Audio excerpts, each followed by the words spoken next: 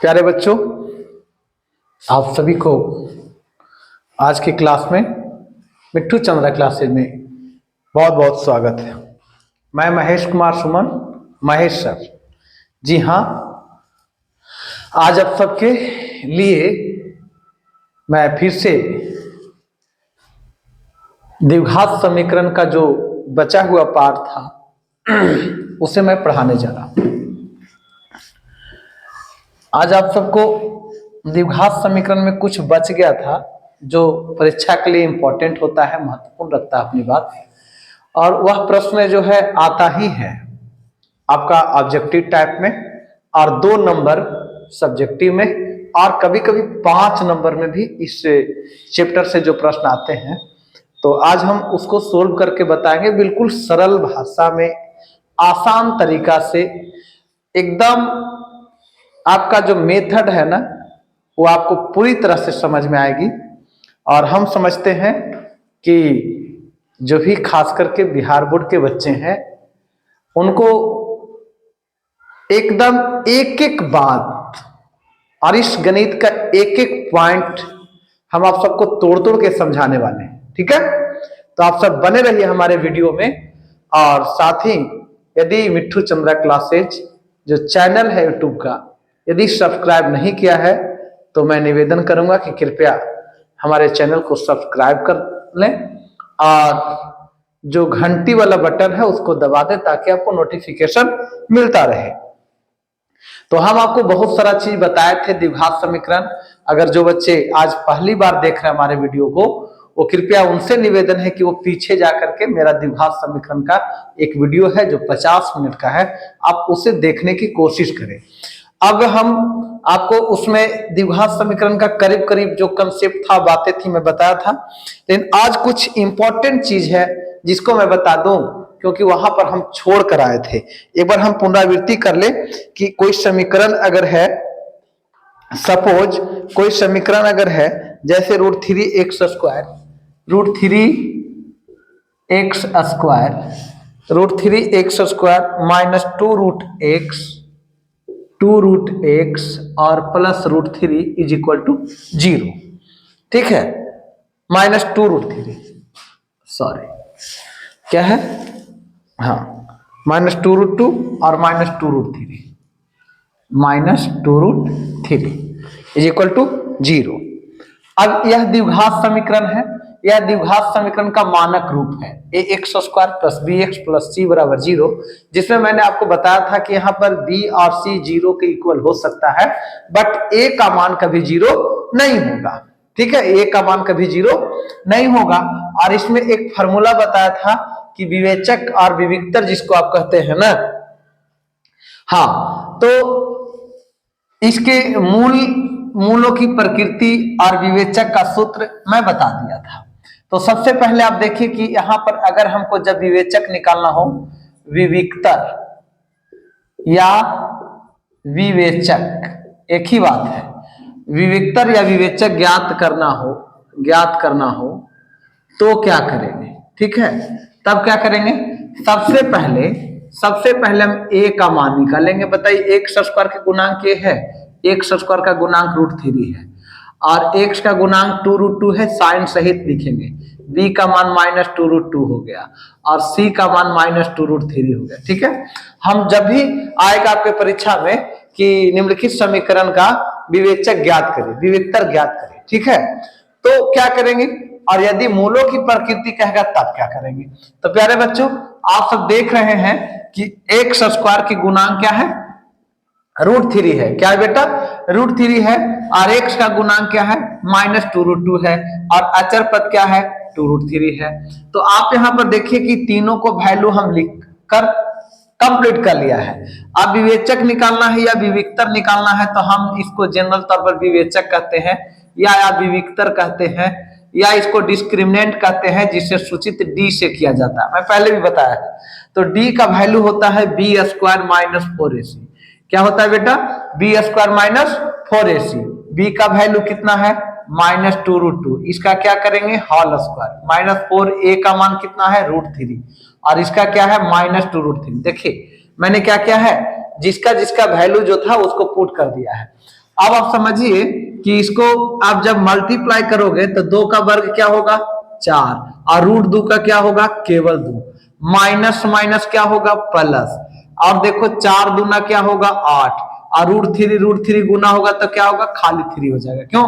क्योंकि जब वर्गमूल की संख्याएं को 2 बार गुना करते हैं तो वर्गमूल स्वतः समाप्त हो जाती है। अर्थात हम कह सकते हैं √3 का √9, और √9 का वर्गमूल कितना होगा 3, इसलिए हम डायरेक्ट यहाँ पर कर सकते हैं। जैसे √2 को क्या लिखे 2, 2 का वर्ग हो गया 4, और √2 का वर्ग होगा √4, √4 का वर्गमूल आएगा 2, और माइनस वाला संख्या का जब वर्ग करते हैं तो क्या होता है रिजल्ट प्लस होता है। क्या होता है प्लस होता है। अब देखिए 4 दूना 8, आवर्तिया 24, मैंने कितना आया 32 आया, कितना आया 32। तो ये आपका विवेचक का मान हो गया। ये क्या हो गया विवेचक का मान। लेकिन यदि इसी में कहता कि मूलों की प्रकृति लिखिए, क्या कहता मूलों की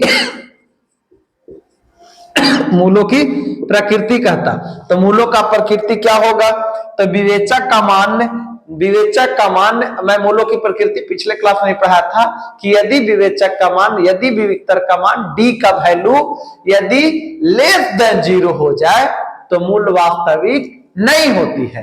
अगर लेस देन 0 हो जाए तो मूल वास्तविक नहीं होती है, और अगर ग्रेटर देन 0 हो जाए, अगर d ग्रेटर देन 0 माने 0 से यदि बड़ा हो जाए तो मूल इसका जो है वास्तविक होगा और भिन्न होगा, माने असमान होगा। द्विघात समीकरण का कितने हल होते हैं 2 होते हैं, इसका मूल कितने होते हैं 2 होते हैं, ठीक है। शून्यांक कितने होते हैं 2 होते हैं, ठीक है। तो ये दोनों कह रहा है कि अगर 0 से बड़ा आएगा विवेचक का मान तो दोनों अलग अलग होगा, अगर 0 आ जाएगा तो दोनों समान होगा, बने बराबर होगा।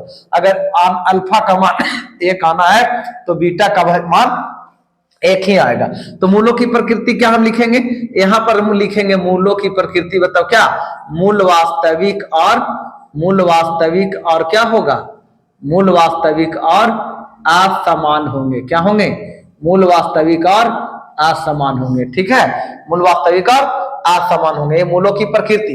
यदि इसको हम सोल्व करते और इसका d का वैल्यू क्या आ जाता विवेचक का मान, यदि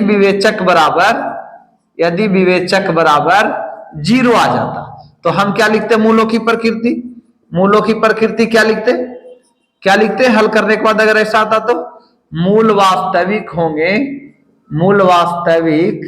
और समान होंगे। क्या होंगे समान होंगे। याद रखना है कि मूल वास्तविक और समान होने के लिए विवेचक का मान 0 होता है। मूल वास्तविक और समान होने के लिए विवेचक का मान 0 होता है, वही विवेचक जिसको आप b कहते हैं, ठीक है। और यदि यहां पर जो ये था ये है यदि d माने विवेचक ग्रेटर देन 0 तो ये मूलों की प्रकृति होगी। यदि विवेचक बराबर 0 तो मूल वास्तविक और समान होंगे, और यदि d लेस देन 0, ठीक है, मूलों की प्रकृति इसको लिखेंगे। मूलों की प्रकृति कैसे होगी, यहां लिखेंगे मूल वास्तविक नहीं होगा। क्या होगा मूल वास्तविक नहीं होगा, ठीक है। तो आप समझ गए होंगे। अब बहुत इंपॉर्टेंट है यहां पर, यह 1 नंबर में भी पूछा जाता है और 2 नंबर में पूछा जाता है। हम समझते हैं कि जब एक द्विघात समीकरण को आपको विवेचक निकालने के लिए मैं सिखा दिया तो आप किसी भी द्विघात समीकरण का विवेचक निकाल सकते हो। वहां हमको एकदम डरना नहीं है, जो भी वैल्यू दिया हुआ है x² का गुणांक 3 है। हाँ, कई बार बच्चे गलत करते हैं। यदि सपोज आपको यहाँ पर √3x² है और यहाँ बीच वाला नहीं है, फिर -2√3 है बराबर 0, तो आप देखिए x² के गुणांक को √3 लिखेंगे, लेकिन x का गुणांक यहाँ क्या x वाला पदे नहीं है। अगर पद नहीं रहेगा तो हम b बराबर क्या लिखेंगे a बराबर √3 लिखेंगे, और b बराबर क्या लिखेंगे 0 लिखेंगे, और c बराबर -2√3 लिखेंगे। मतलब समझिए कि जिसका वैल्यू अगर b और c में अगर कोई नहीं है, अगर वो लुप्त है, तो उसके बदले हम उसका मान कितना लिखेंगे बाबू 0 लिखेंगे। कितना लिखेंगे 0 लिखेंगे। अब देखिए हमको लगता है कि आप बढ़िया से इसको समझ गए होंगे। दूसरी तरफ जो है अब इसी में इसके माध्यम से आप सब चीज समझ गए होंगे। अब जितना भी उदाहरण लेना है आप उदाहरण लेकर के बना सकते हैं, ठीक है। अब कहता है कि आप बताइए कि निम्नलिखित द्विघात समीकरण में किसके मूल समान है। तो हम चेक करते हैं, पहला दिया है x square plus 6x plus 9 बराबर 0। यह आपका द्विघात समीकरण है।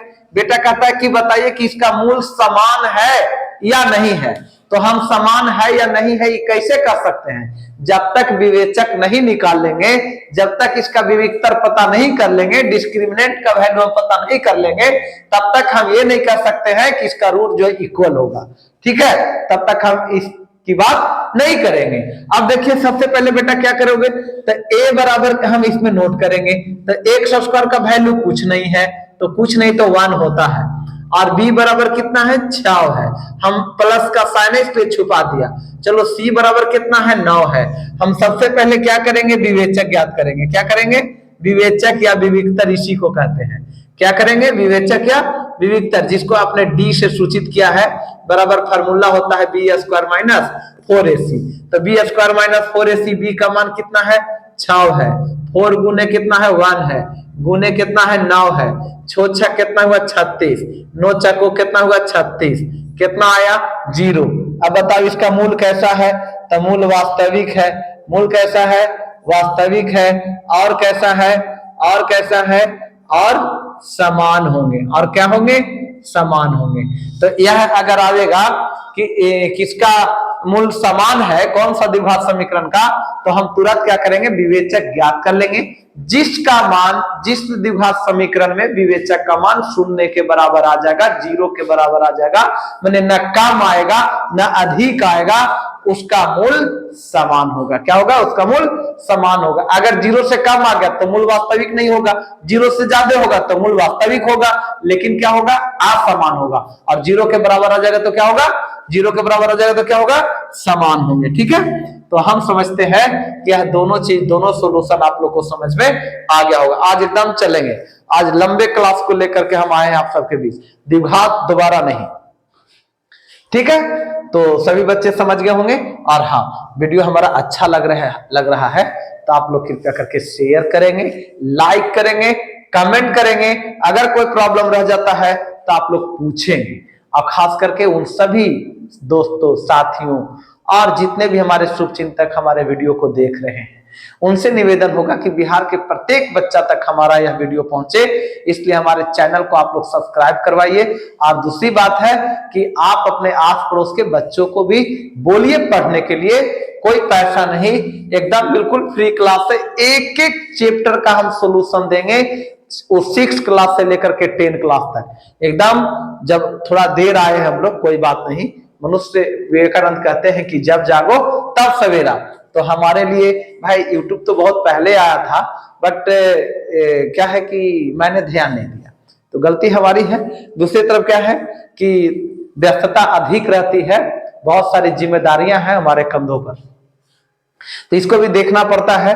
तो जब आप लोग का सहयोग रहेगा, प्रेम रहेगा और आप लोग का आशीर्वाद रहेगा, तो निश्चित तौर पर हम समझते हैं कि एक दिन हम अपने मिशन में कामयाब होंगे। और बिहार के प्रत्येक बच्चा जो मैट्रिक की तैयारी करता है, 9वां में पढ़ता है, 8वां में पढ़ता है, 7वीं कक्षा में है, 6ठी कक्षा में है, वे सब लोग हमारी वीडियो से देख करके वो घर बैठे पढ़ाई करेंगे। और खास करके उनके लिए जहां बहुत आज भी दूरी है, संस्थानें नहीं है, बहुत समस्याएं होती है, बच्चे को काफी दूर जाना होता है, लड़कियों को, तो आज वहां भी उन बच्चों के लिए उनके माता पिता से हम निवेदन करेंगे कि हमारे वीडियो उनको दिखाइए।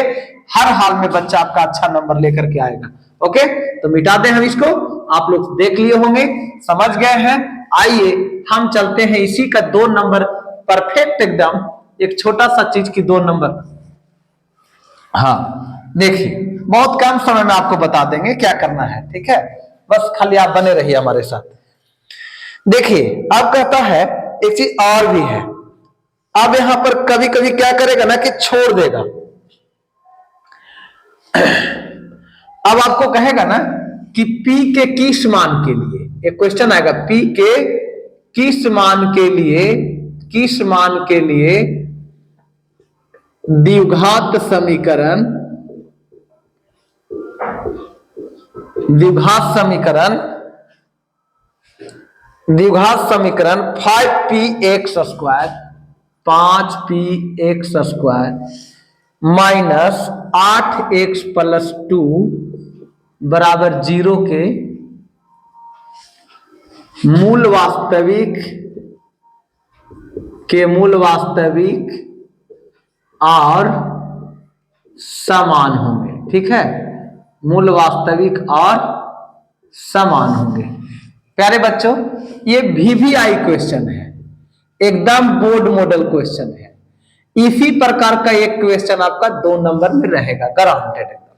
ठीक है, तो P के जगह पर क्या रहेगा, इसके जगह पर कुछ और रहेगा। जैसे मान लिया जाए कि 5x² है तो -px कर दिया +2 बराबर 0 कर दिया, या 5x² है -8x है +p बराबर 0। सपोज आप देख रहे होंगे कि p यहां था, p यहां आया, p यहां आ गया, माने एक वो जो डिजिट है ना वो फेल रहेगा और उसके जगह पर एक अज्ञात चर दे देगा और उसी का वैल्यू पूछेगा। कभी कभी कहेगा क्या, कभी कभी बोलेगा द्विघात समीकरण के मूल वास्तविक होंगे, कभी बोलेगा कि द्विघात समीकरण के मूल समान होंगे, और कभी ये दोनों बात प्रश्न में लिखा रहेगा। ध्यान दीजिएगा, आपको बिल्कुल विचलित नहीं होना है। आपको प्रश्न में ऐसे आ सकता है, कैसे आ सकता है, P के मान या P के जगह पर तुमको कहीं पर लिख देगा K का मान, कहीं पर लिख देगा M का मान, कहीं N का मान, मतलब समझिए कि ये चीज रहेगा। अभी हम किसको फोकस करेंगे, यहां। तो चूंकि दिया हुआ है, चूंकि क्या है, दिया हुआ है, क्या दिया हुआ है, A बराबर 5p, B बराबर कितना दिया हुआ है -8 और C बराबर दिया हुआ है +2। देयरफॉर हम जानते हैं कि मूल समान होने के लिए, मूल वास्तविक और समान होने के लिए ये बात आपको लिखना पड़ेगा। कब, जब P का मान, K का मान, L का मान, M का मान, N का मान मने कहीं छोड़ दिया जाए और उसके जगह पर अगर कोई है तो हम क्या करेंगे, उसके लिए लिखेंगे मूल समान होने के लिए, मूल समान होने के लिए विवेचक का मान 0 होता है। क्या होता है, विवेचक = 0, मतलब b² - 4ac बराबर क्या होगा, 0 होगा। क्या होगा, 0। जब तक 0 नहीं होगा तब तक मूल समान नहीं होगा। तो अब यहां पर क्या है, b का मान बेटा कितना है, -8 के होल स्क्वायर, माइनस कितना है 4 इंटू क्या है 5p इंटू क्या है 2 = 0। 8 64, 4 दूना 8 बचे 40, 4 दूना 8 बचे 40p = 0, -40p = -64। बोलो क्यों, ये 64 प्लस में दूसरे जब अपना स्थान बदलता है तो क्या होता है, साइन बदल जाता है।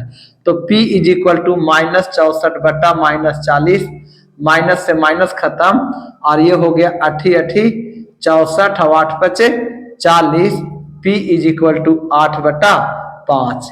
ये क्या आ गया, आपका आंसर आ गया। क्या आ गया, इसी प्रकार से अगर यहां कह दे, अगर यहां कह दे ये क्वेश्चन हो जाए या और कोई क्वेश्चन हो जाए तो उसके लिए भी सब सिस्टम सेम है। इसके लिए भी अगर दूसरा तरह का प्रश्न रहे, जैसे x² + px + 1 बराबर 0 एक प्रश्न है। आप बताइए कि a बराबर कितना है, a बराबर कितना है 1, b बराबर कितना है p और c बराबर कितना है 1। देयरफॉर हम क्या लिखेंगे, मूल समान होने के लिए क्या लिखेंगे बेटा, मूल समान होने के लिए, क्या मूल समान होने के लिए, d = 0। देयरफॉर b² - 4ac बराबर, यही विवेचक को मैं d लिख दिया, यहां पर हिंदी में लिखा था, यहां पर उसका सिंबल लिख दिया। ठीक है, b का मान बेटा कितना है, p के होल स्क्वायर, माइनस कितना है 4, फिर कितना है 1, फिर कितना है 1 = तो इसका मतलब हो गया p² - 4 = 0, p² -4 उधर जाएगा तब +4, p² स्क्वायर को जब हटाएंगे दूसरे तरफ ले जाएंगे तो √4 हो जाएगा। देयरफॉर p का मान आपका 2 आ गया, ये आंसर है। ठीक है, p का मान 2 हो गया, या हम इसको +-2 कर सकते हैं। p बराबर हम 2 भी ले सकते हैं और -2 भी ले सकते हैं। तो हम समझते हैं कि आपको ये 2 एग्जाम्पल में मूल समान होने के लिए p का मान के का मान, एल का मान, कुछ का मान, जहां पर एब्सेंट हो जाए आप उसका मान निकाल सकते हैं। ठीक है, तो ये 2 नंबर का प्रश्न है, आप एक बार देख लीजिए, एकदम गारंटेड है, बिल्कुल बढ़िया से आप लोग को समझ में आ जाएगा। ठीक है, और हम चलते हैं आपको आगे लेकर, इसके आगे क्या है, इसके आगे जो है वो हम पढ़ाने जा रहे हैं आप लोग को। यहां तक देख लिए हैं, हो सकता है स्क्रीनशॉट रख लीजिए, बाकी हम मिटा रहे हैं, हमारे पास स्पेस का कमी है। आप लोग को अगला प्रश्न, ठीक है, यहां मैंने सिखाया आप लोग को क्या, कि मूल समान होने के लिए पी का मान, के का मान, एल का मान, कुछ का मान रहे, विवेचक को 0 के बराबर करेंगे, एबीसी का उसमें वैल्यू पुट करेंगे, उसके बाद हम समीकरण के द्वारा उसको हल करेंगे, आपका जिसे प्राप्त करना है, जिसका वैल्यू वह आ जाएगा सरलतापूर्वक। ठीक है,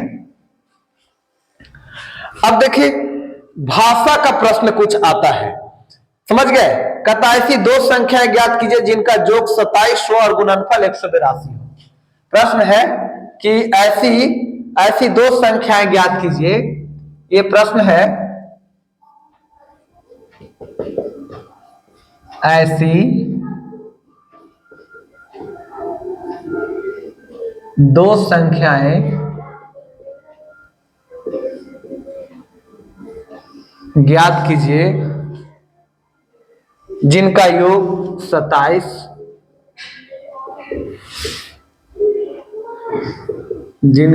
27 और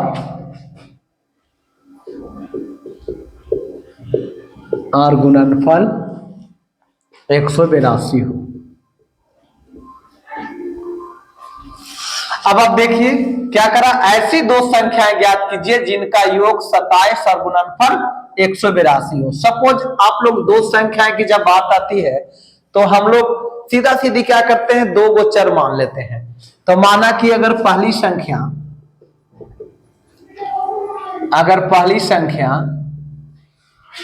हम x मान लेते हैं तो दूसरी संख्या क्या मानेंगे, ज्यादातर हमारी क्या होती है, दूसरी संख्या y मानते हैं। अकॉर्डिंग टू क्वेश्चन क्या है, x 2 जिनका योग 27 है, जिनका योग क्या है 27 है, तो x प्लस y बराबर 27, सीधा सीधी x प्लस y बराबर क्या होगा, x प्लस y बराबर क्या होगा 27 होगा। क्यों, क्योंकि जिनका योग कितना दिया है 27, योग मैंने जोड़, ये हमारा इक्वेशन फर्स्ट हो गया। या हम यहां से अगर इसको डिस्प्लेस करें y इज इक्वल टू करें तो 27 माइनस x हो जाएगा। ठीक है, अब देखिए, अब जो है फिर देखिए गुणनफल, इसको हम कर सकते हैं प्रश्न के दूसरे प्रारूप से। अब प्रश्न के दूसरे प्रारूप से, ओके, क्या होगा, गुणनफल माने x गुने y बराबर 182। अब देखिए 2 चीजें हो सकती, या हम समीकरण 1 से वैल्यू 2 का वैल्यू 1 में रखे, या 1 का वैल्यू 2 में रखे। अगर हम इसको 2 मानते हैं तो हमको क्या करना पड़ेगा, अब बताइए क्या करना पड़ेगा, तो करना पड़ेगा समीकरण 1 का मान समीकरण 2 में रखने पर क्या होगा, y का जगह पर क्या है, तो x into 27 minus x is equal to 182। अब मल्टीप्लाई कर दीजिए, तो 27x माइनस एक्स स्क्वायर 182 को इधर लेके आ जाइए तो माइनस 182 इज इक्वल टू 0। अब इसको हम सजा देंगे तो minus x square plus 27x minus 182 is equal to 0। ठीक है, अब आप देखते जाइए, अब क्या होगा, ज्यादा अगर किसी बच्चे को परेशानी है तब क्या करेंगे, इस माइनस से अगर किसी बच्चा को प्रॉब्लम है, होना तो नहीं चाहिए क्योंकि हम बताने जा रहे हैं, यहां से आपको फैक्टराइजेशन करना है, गुणनखंड करना है, तो यहाँ -1 है और अंतिम में कितना है, -182 है। ठीक है, क्या है, -182 है। तो आप -1 और -1 को गुना करेंगे तो +182 आ जाएगा। अब राशि को इस प्रकार गुणनखंड करना है कि बीच वाला पद जो है +27 आ जाए। तो हम 2 से लगाएंगे 9 और 1, 7 से लगेगा 13 हो जाएगा। और 7 दूना 14 और 1 13 कितना हो गया, 14 13 27 और 14 13 कितना हो जाएगा 182, माने -x² +14x +13x -182 is equal to 0। अब -x कॉमन करेंगे तो x -14 हो जाएगा, अब +13 कॉमन करेंगे तो x -14 हो जाएगा इज इक्वल टू 0। जो बच्चा 10th क्लास पढ़ता है वो बढ़िया से समझ रहा होगा कि आखिर हम क्या कर रहे हैं।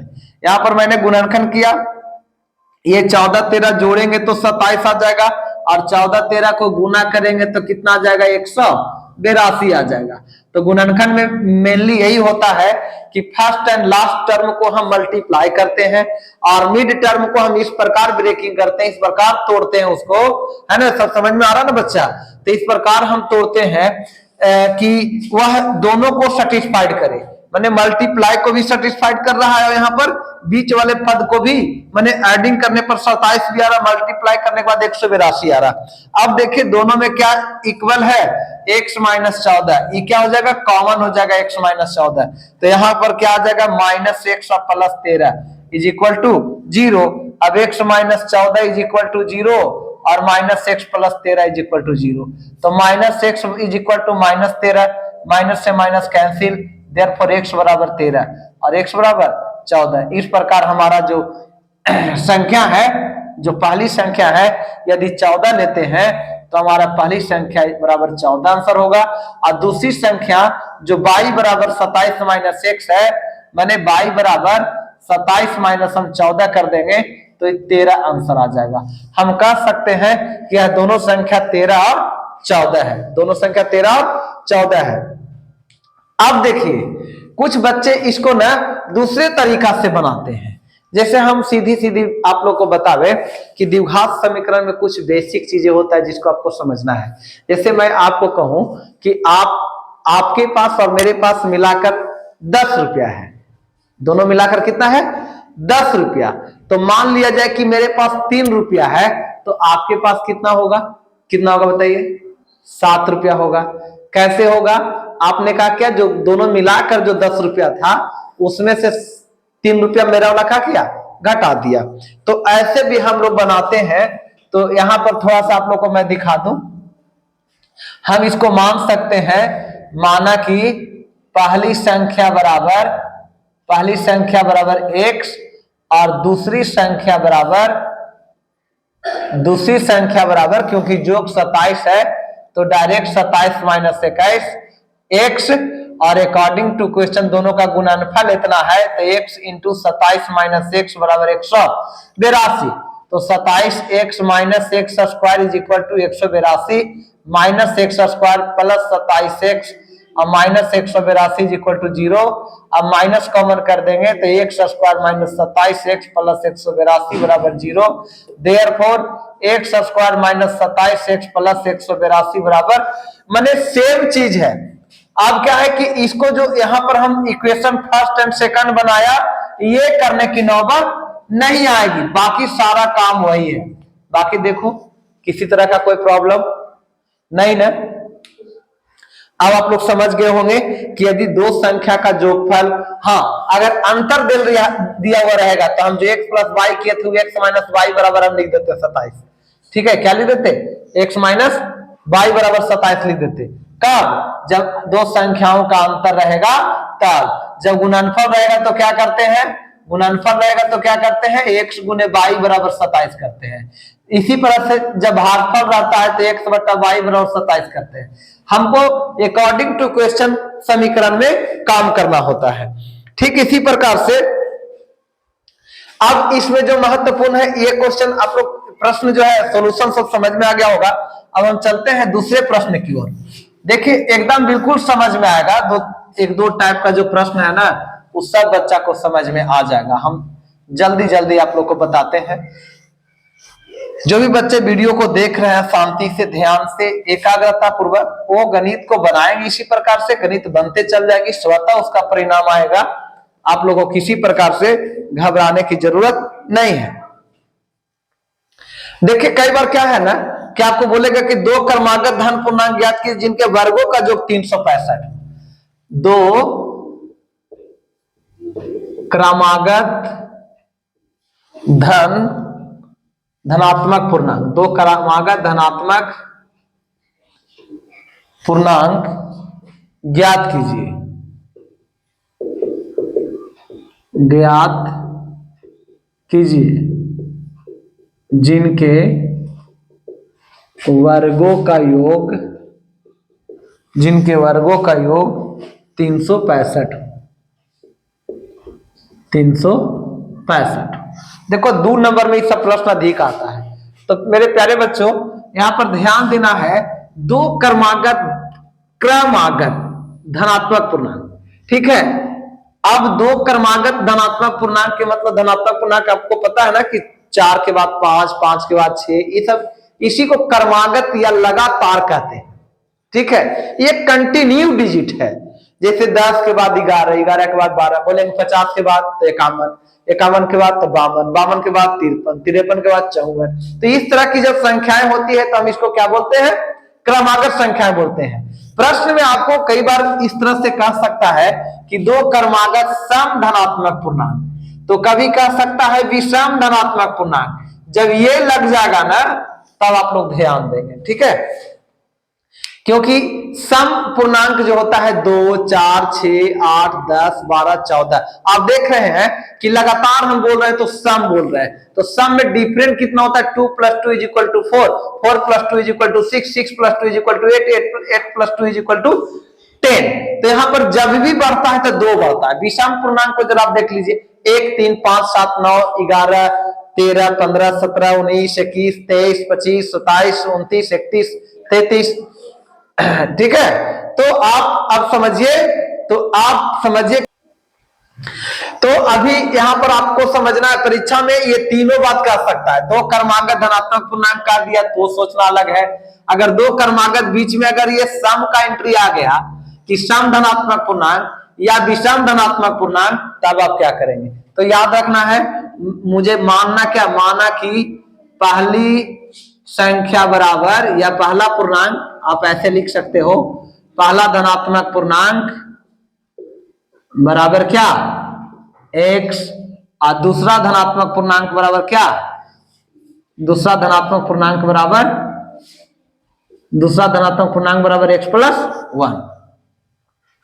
एक चीज और जानिए, आप x - 1 भी कर लोगे। जैसे अगर लगातार हम अपोजिट में उल्टा चले तो 99, 98, 97, 96, 95, 94, 93, 92, 91, 90, 89, 88, 87 आता है ना।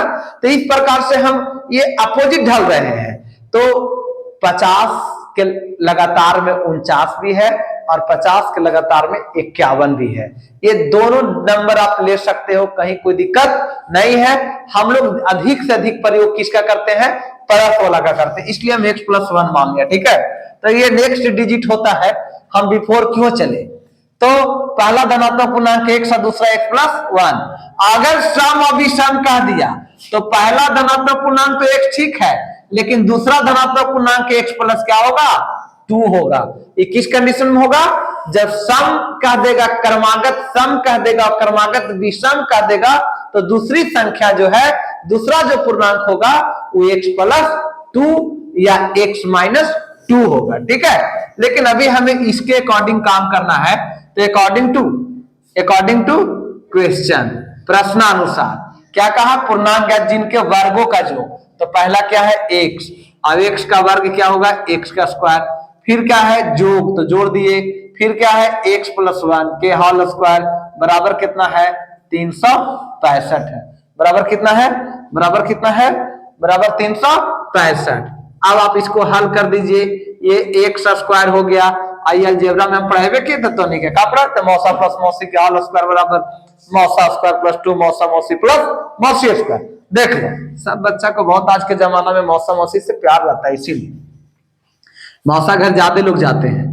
देखिए तो क्या है, ई है ए प्लस बी के होल स्क्वायर, तो ए प्लस बी के होल स्क्वायर बराबर ए स्क्वायर प्लस 2ab प्लस बी स्क्वायर, तो ई एक्स का square X square plus 2ab 2 into X into 1, तो 2x और प्लस बी स्क्वायर 1 का स्क्वायर करेंगे 1 इज इक्वल टू 365।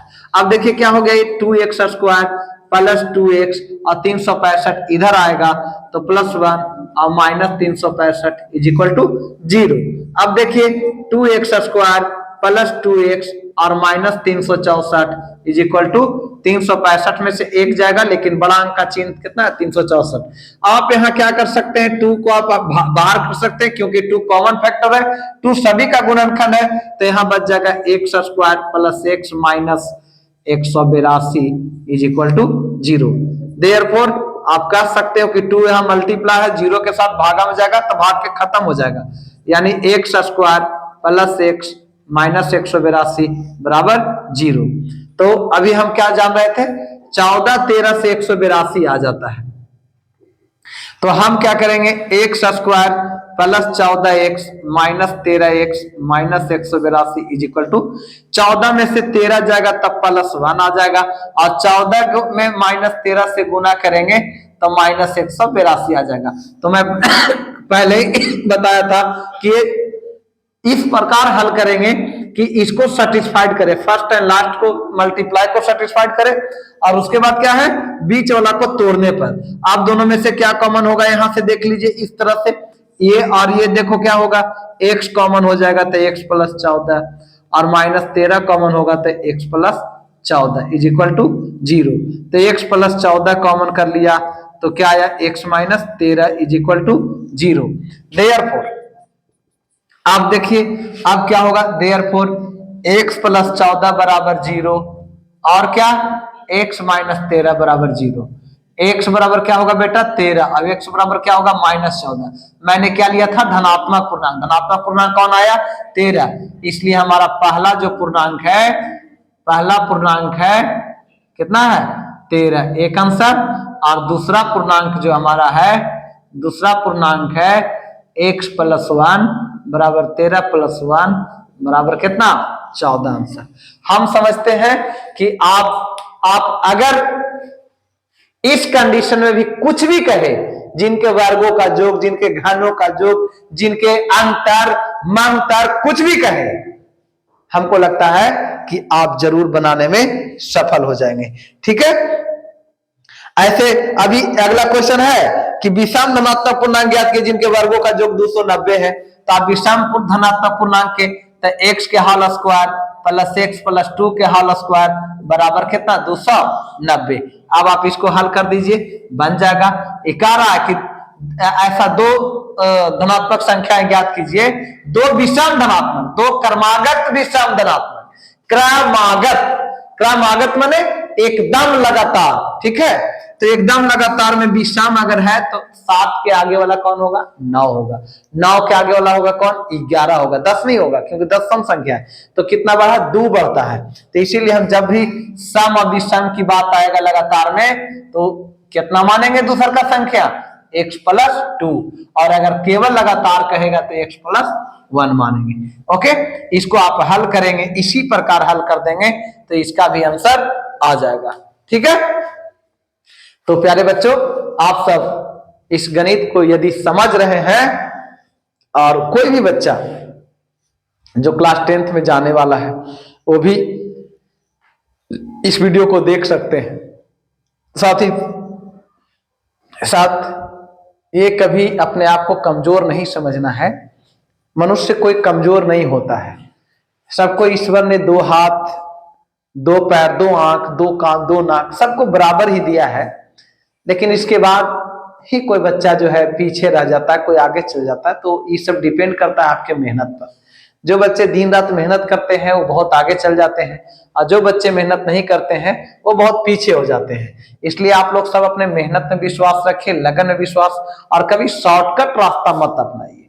बिल्कुल आपको अधिक दूरी तय करना है और एक अच्छे मुकाम पे जाना है। जल्दीबाजी हमेशा नुकसानदायक रहा है, तो आप लोग जल्दीबाजी में ना रहें, आप द्विघात समीकरण को समझते रहिए। ठीक है, चलें इस यह भी प्रश्न, एक प्रश्न क्लियर हो गया।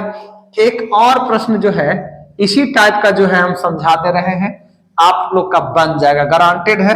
इस तरह का प्रश्न 1-2 नंबर में आता ही है। देखिए आगे है, सेम है, कहता है कि 51 को 2 ऐसे भागों में विभक्त कीजिए कि उनका गुणनफल 650 है। तो पहला क्वेश्चन ही आप समझिए कि 51 को 2 भाग में बांटना है। तो मान लिया कि पहला भाग अगर x है, पहला भाग x है, आपको 10 रुपया के बोले कि 2 आदमी में बांट देना, ठीक है। तो पहला आदमी के यदि 4 रुपया दिए तो दूसरा आदमी को कै रुपया दिए, 6 रुपया दिए। तो क्या किए आप 10 में से 4 घटा दिए। तो पहला भाग अगर x है तो दूसरा भाग बताइए क्या होगा, दूसरा भाग बताइए क्या होगा, 51 माइनस x, क्या होगा 51 माइनस x। और अकॉर्डिंग टू क्वेश्चन उनका गुणनफल कितना है, 650 है। मैंने x into 51 minus x is equal to 650। अब इसको आप हल कर दीजिए और आपका आंसर आ जाएगा, minus x square plus 51 x minus 650 is equal to 0। Minus minus plus क्या है, किसका है, 51 को 2 भागों में इस प्रकार बांटे कि उनका गुणनफल कितना हो, 650 हो। तो पहला भाग हम क्या करेंगे, मान लेंगे, माना कि पहला भाग बराबर x, दूसरा भाग बराबर 51 minus x. According to question दोनों का गुणनफल 650, गुना कर दिया। अब इसको आप गुणनखंड तोड़ दीजिए, जितना आता है। तो माइनस माइनस प्लस 650, कहीं हड़बड़ी नहीं रहना है। 2 से 325, अब तो 5 और 2 7 और 3 10, 5 से ही लगेगा, 5 6 30, 5 5 25, 5 से 13, तो बीच में 51 भी आना चाहिए। तो 5 5 25 और 13 दूना 26। तो minus x square plus 25 x plus 26 x और माइनस 650 इज इक्वल टू 0। तो माइनस एक्स कॉमन लेंगे तो एक्स माइनस 25 और प्लस 26 कॉमन करेंगे तो x minus 25 is equal to 0। X minus 25 common करेंगे तो माइनस एक्स प्लस 26 हो जाएगा is equal to 0। X minus 25 is equal to 0 और minus x plus 26 is equal to 0। Minus x is equal to minus 26, therefore minus से minus cut गया, x बराबर 26 और x बराबर 25। अब देखिए x का मान यदि आप 25 लिए हो तो पहला भाग यदि हम 25 रुपया मानते हैं तो दूसरा भाग क्या होगा, 51 माइनस 25 बराबर कितना होगा, 26। ये आंसर आ गया, ठीक है। तो इस प्रकार के जितना भी प्रश्न होगा हम समझते हैं कि आप लोग से बन जाएगा, समझ गए। चलिए नेक्स्ट प्रश्न में आइए। आप लोग को पूरी तरह से द्विघात का जितना भी भाषा का गणित है आप लोग उसको सीख जाएंगे। देखिए अब कुछ कहता है कि दो प्राकृतिक संख्याओं का जोड़ 8 है। अब बताइए दो प्राकृतिक संख्याओं का जोड़ कितना है। प्रश्न कहता है दो प्राकृतिक संख्याओं का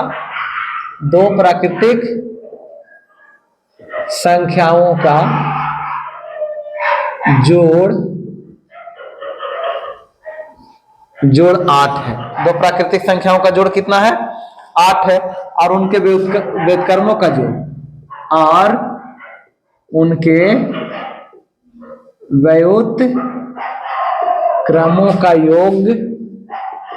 उनके व्युत्क्रमों का योग 8/15 है, ठीक है। तो संख्याएं ज्ञात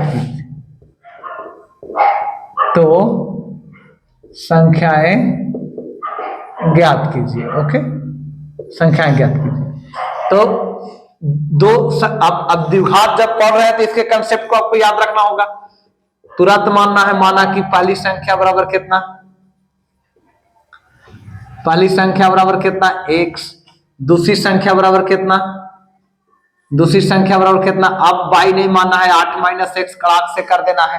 अकॉर्डिंग टू क्वेश्चन व्युत्क्रम माने इनका उल्टा 1/x plus 1/8 minus x is equal to 8/15।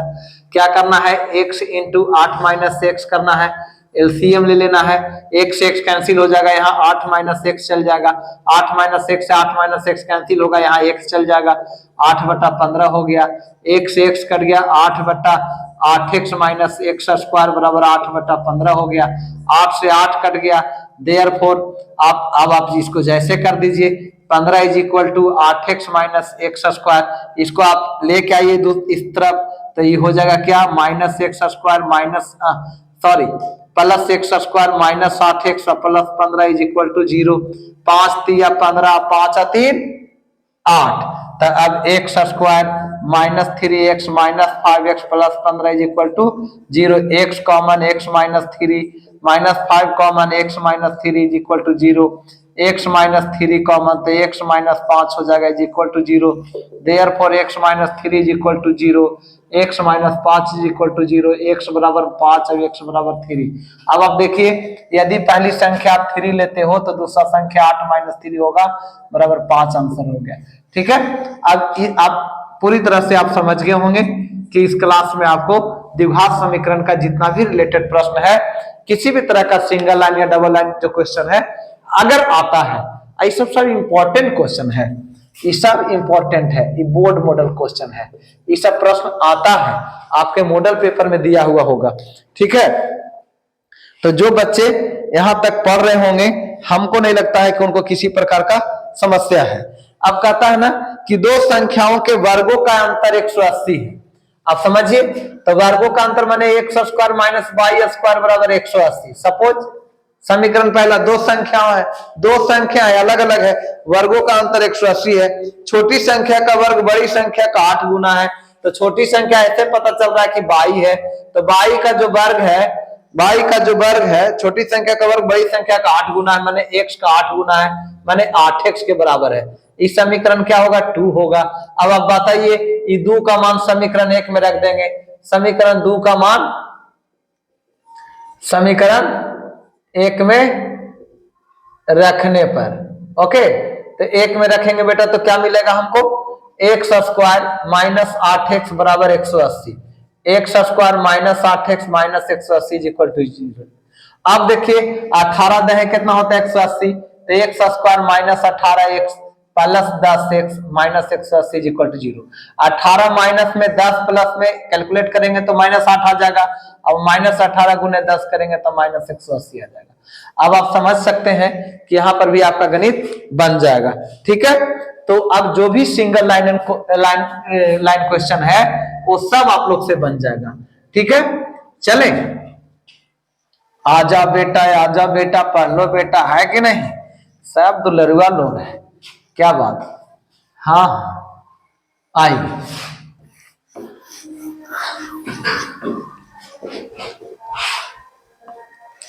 अब देखिए कुछ प्रश्न जो है वो विशेष कंडीशन का होता है, तो आप लोग को, हमको लगता है कि आज के क्लास में अधिक हो गया है। अब हम नेक्स्ट वीडियो में आपके लिए जो बचा हुआ चीज है वो लेकर आएंगे। लेकिन अगर इतना प्रश्न आप लोग सोल्व करना सीख गए हैं, हमको नहीं लगता दोबारा जरूरत पड़ेगा, एक बार आप प्रैक्टिस कर लीजिए, और इस तरह के जितने भी प्रश्न आपके किताब में होगी आपसे एक भी नहीं छूटेगा। और हाँ, यदि आपके एग्जामिनेशन पेपर में यह प्रश्न आ जाए तो और सोने पे सुहागा होगा। तो चले, हमारे चैनल को यदि सब्सक्राइब नहीं किया है तो कृपया कर लेंगे, और हाँ इसे इतना शेयर कीजिए कि गरीब बिहार प्रदेश के एक एक बच्चा तक हमारा वीडियो चल जाए और वो आसानी से गणित को समझना सीख जाए। बहुत बहुत धन्यवाद।